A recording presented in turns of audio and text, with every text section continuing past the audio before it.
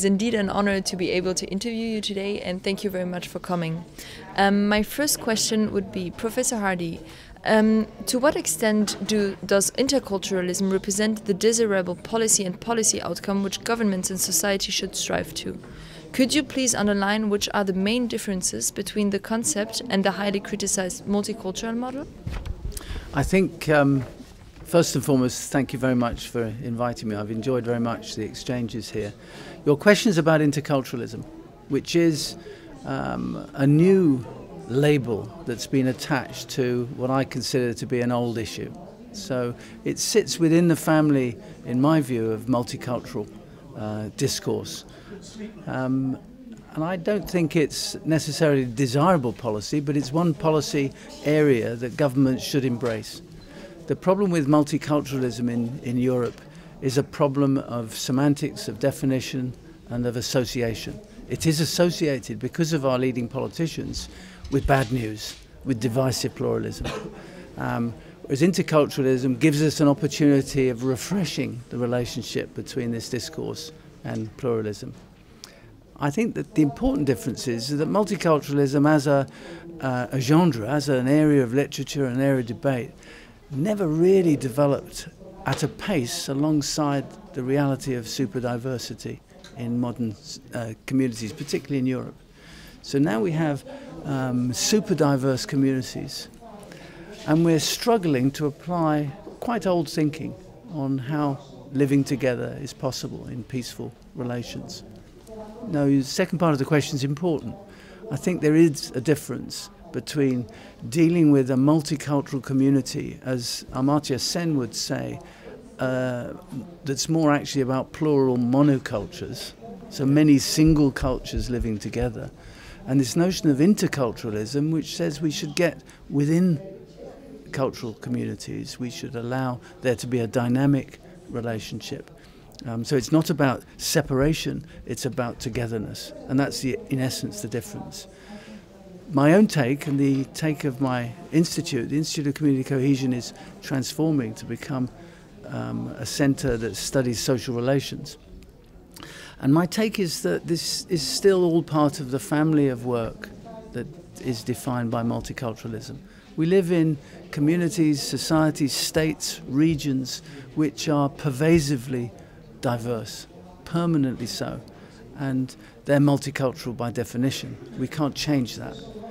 We can influence governments to help manage that diversity more effectively. Thank you very much. The next question would be, in few words, how would you describe the main features characterizing the policy of community cohesion? And in what way can they effectively impact on society?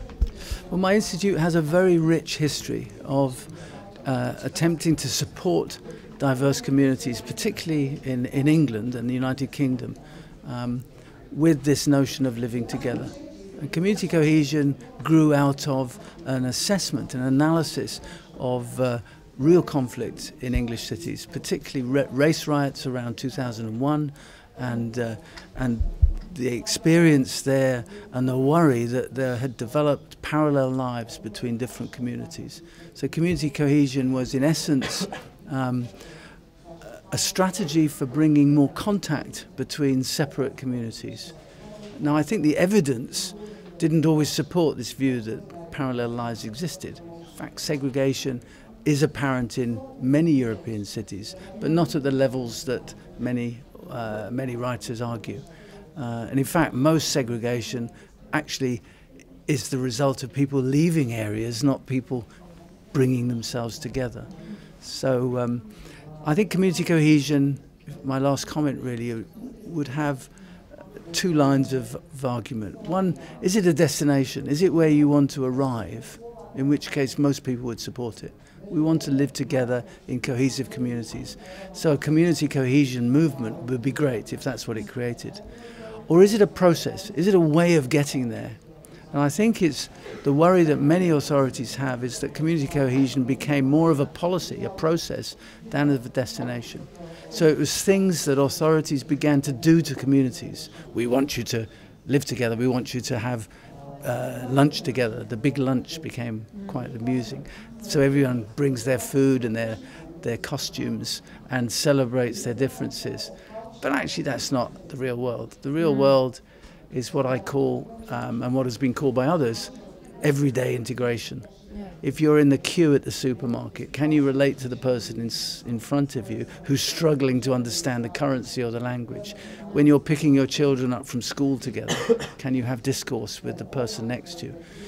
This means you don't have to get on with them, you don't have to like them, you don't have to spend all your time with them, but we must, for goodness sake, in everyday circumstances, people have to relate and coexist in peaceful ways, I think. Thank you very much. I'm going to hand over the microphone. Thank you. So the final question will regard citizenship. In fact, citizenship represents one of the key factors determining integration of immigrants within mainstream society. How far do you believe that major Western European democracy has gone regarding this issue, and what are the main areas of improvement they should focus on? Yeah, we haven't done a lot. That wasn't applause for what I'm going to say, but we haven't done enough in Europe at all. Citizenship, as you've said, is exactly the answer to the issue. And an analysis of citizenship should say we can be different, we can have diverse backgrounds, we can have different traditions and values, but at the end of the day, living together means a sense of responsibility and a sense of co-ownership of the communities in which we reside, and that's about citizenship. Now, I think in Europe there is tremendous difference from one nation state, from one member state to another. So if you're a Turkish worker in Germany, you're not as much a citizen as if you were a German national. In the United Kingdom, if you're a visiting Polish family who are coming for economic reasons, maybe for 2 or 3 years, you're able to vote in local elections, even if you're not a national subject. So there are very different practices, but at the end of the day, I think citizenship is the answer, is not the problem. We have to find ways of harnessing people, whatever their backgrounds, however long they're going to coexist and live together, to take responsibility for being citizens of their local areas. Are we going to record? Thank you very much, Professor Hardy. It was an honor. What do you think about the dual citizenship? Do you think it's a viable strategy? And should the states, for example, like Germany, have a more lax policy towards dual citizenship? I think in essence it's about rights and responsibilities. It's about what you give and what you take. Citizenship is an exchange, it's a two-way street. I like dual citizenship because I have no problem with what I call hybrid identities. I can be a Manchester United supporter and I can like beer. There's two identities. I have a dual relationship. My identity and my citizenship is important because it tells me where I belong, which in psychological terms is really important, and it tells me how I'm different from you. Yeah. And those two things are really important. And if dual citizenship is a way of formalizing that, which gives people confidence about who they are and what responsibilities they have, then it's fine. My mother was American. In 1953, after I was born, I'm afraid, the law changed. So my siblings, my sister, was able to have dual citizenship. She has an American passport, even though she was raised in Britain.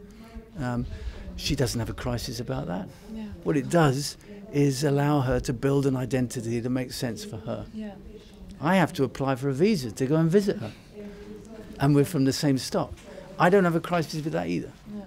But I think dual citizenship is, we can formalize and make people more confident about their relationships, and that's what's important, I think. Yeah, we see also that in Germany the Turkish minorities feel rejected because they have to choose, and then the confidence, the aspect of confidence, I think is really important, that they don't...